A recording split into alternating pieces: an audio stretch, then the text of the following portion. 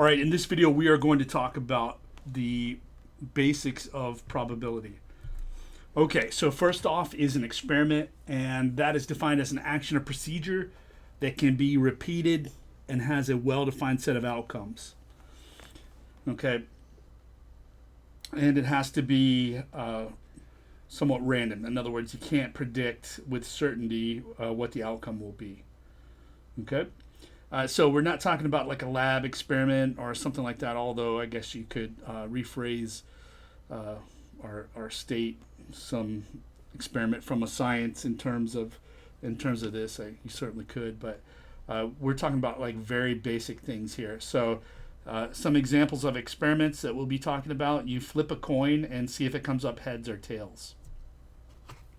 All right, so that's not something that you generally probably would think of as an experiment. Really, when we say experiment here, what we mean is a probability experiment. You flip a coin, right? It has two well-defined set of outcomes, heads or tails, and you can't say for certain when you flip a coin whether it will be heads or tails. Another example of an experiment: rolling a die to see what number comes up. So we're talking about here a standard six-sided die, and you see if the numbers 1 through 6 come up. Another example of an experiment: drawing a card from a standard deck of cards and observing the suit of the card that was drawn. All right, so those are things that you can repeat over and over again. There's a well-defined set of outcomes in each of those, and you cannot predict with certainty, what the outcome of each repetition of the experiment will be. All right, so that's what we mean by an experiment. Next up is a sample space, and the sample space is just the set of all possible outcomes of an experiment. So in the previous slide, we talked about flipping a coin to see if it comes up heads or tails. Well, the sample space is just going to consist of heads and tails. In the rolling a die experiment, to see what number comes up, the outcomes are going to be 1 through 6, right? Whichever side comes up, the upper facing side. And drawing a card from a standard deck of cards, there are 4 suits: clubs, diamonds, hearts, spades. So those are the outcomes of that experiment.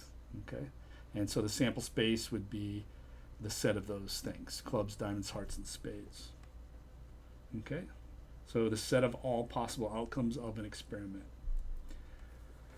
All right, and then an event is a subset of a sample space. When we are talking about events, we usually denote events as capital letters. Okay, and so event is just a subset or some smaller part of a sample space. All right, so let's say our experiment is drawing a card from a standard deck of cards and observing the suit of the drawn card. The sample space, as we talked about, would be the set of clubs, diamonds, hearts, and spades. Those are the 4 possible outcomes. So let R be the event that a red card is drawn. And so if we were to list out that sample space, R would be hearts and diamonds.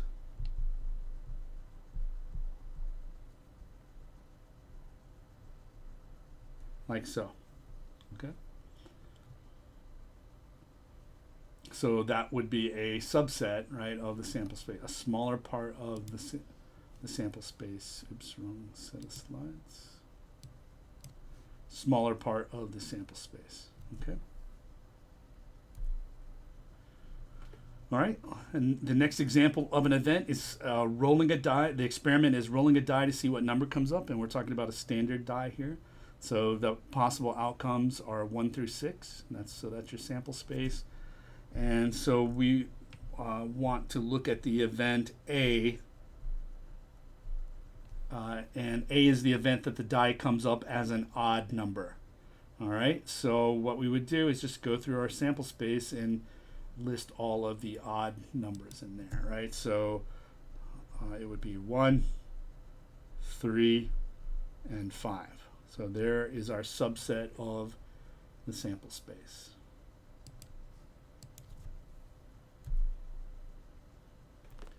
right, so this is an example from the book 4.54. It says, in a horse race, the odds against winning are as shown in the following table. For example, the odds against winning are 8 to 1 for horse number 1.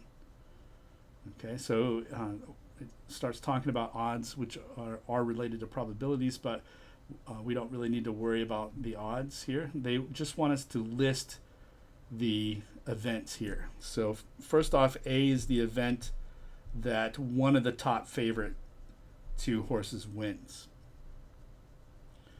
Okay, and so they say the top 2 favorites are the horses with the lowest odds against winning. So if that's the case, right, that would be horse number 2 and horse number 3. Okay, so if we were to run through all of this, right, our experiment would be the race itself, right? We run the race and then the horses finish in some order, right? Okay, and we observe that. Or actually, it's observe who wins the race, right, that we're talking about here. Okay, so the 2 favorites, so our sample space would be 1 through 8, the horse numbers, right?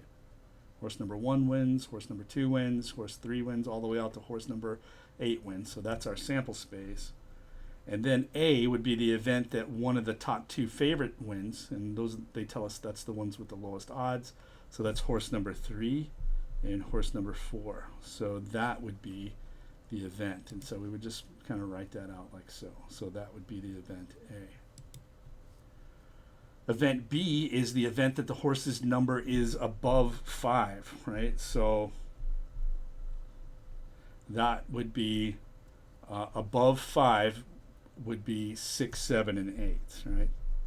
So the event B would consist of those 3 elements of the sample space.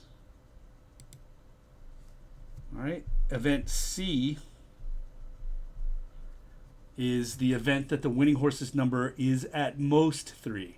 That is 3 or less, right? So the possibilities there are 1, 2, and 3, right? At most 3, right? 3 or less. So event C would look like this. And event D, it says the event one of the long shots wins. And it says the 2 long shots are the 2 horses with the highest odds against winning. So the biggest numbers here, right, under odds would be 30 and 15. So that's horse number 2 and horse number 5. Okay. So event D would be this subset of the sample space. Okay. All right, and yes, this is the last example on this video. It's problem 4.56 from our book. All right, and it says coin tossing. When a dime is tossed 4 times, there are 16 possible outcomes. Okay, so we toss a dime. The experiment is we toss a dime 4 times in a row, and then we observe whether it's heads or tails. So it could be all heads, right? The first 3 are heads, and the second and the last is a tail, and so on and so forth. Okay, and so this is actually our sample space, right? These are all the possible outcomes that you could have. Okay, and then again, they want us to calculate the probability that these events would or list out, write out what these events are. Okay, all right, so let's see. Probably the best way to do this is, because this is going to take a lot of writing, is to look at it like this.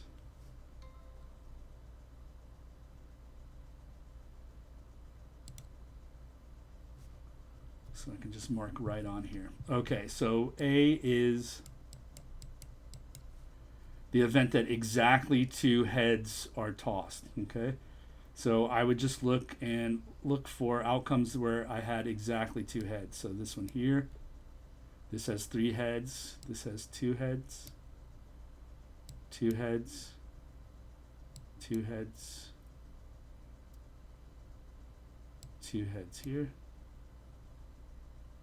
2 heads here, and that's it. So when I go to write out I would just write those outcomes down. And so this is going to take me a minute to write these out.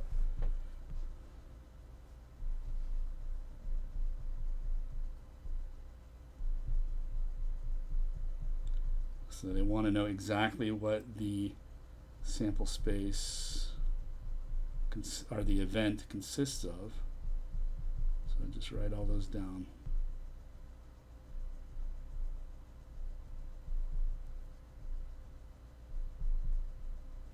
All right, and so it would look like that. All right? So there's 1, 2, 3, 4, 5, 6 outcomes. Okay. All right, so next up they want to know what is the event that the first 2 tosses are tails. So let me erase these marks. Try not to confuse myself here. All right, so if the first 2 tosses are tails, right, that would mean it starts with TT, right? So you can see that all of these start with TT. Over here, all of these would be in that event. And is that it? Yes, that is it right there. So the event B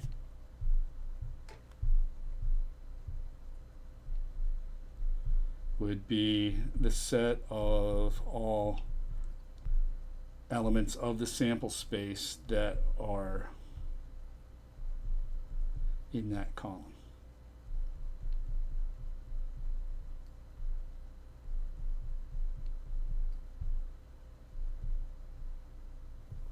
All right, so look, it would look like this. And there's 4 things in that sample space. All right, part C, they want to know the event that the first toss is a heads, right? And so that would mean that it would have to start with an H, right?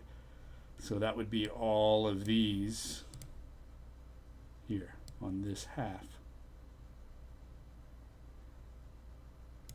All right, and that's a lot, so I don't really want to write all this down.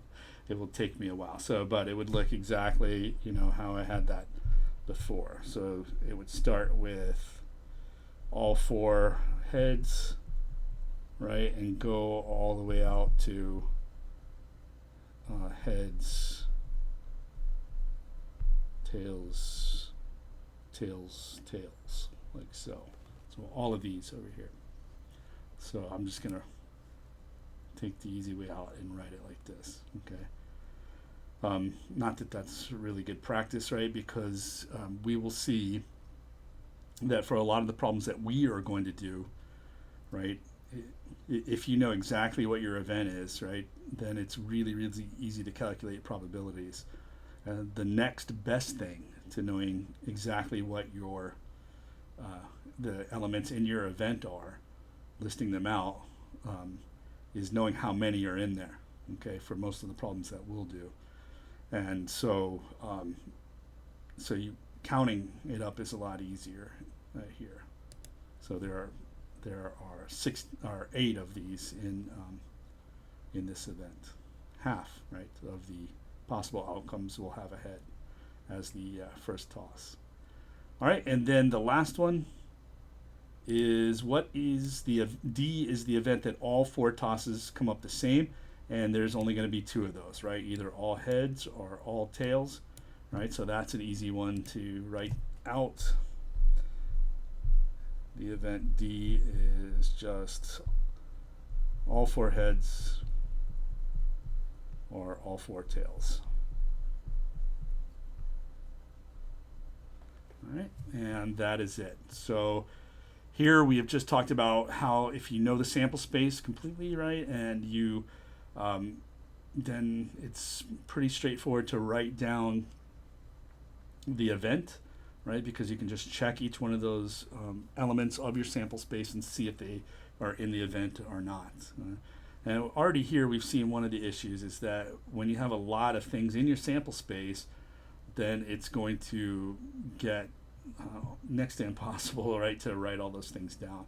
So you can imagine, say, like the lottery, where there's millions and millions of combinations, right? It's going to be really difficult to write down um, all of the elements of your sample space. And so, like I said, the next best thing, this is the best thing. If you can explicitly demonstrate what your event is, then probability becomes pretty easy. But the next best thing is counting up how many elements are in your event.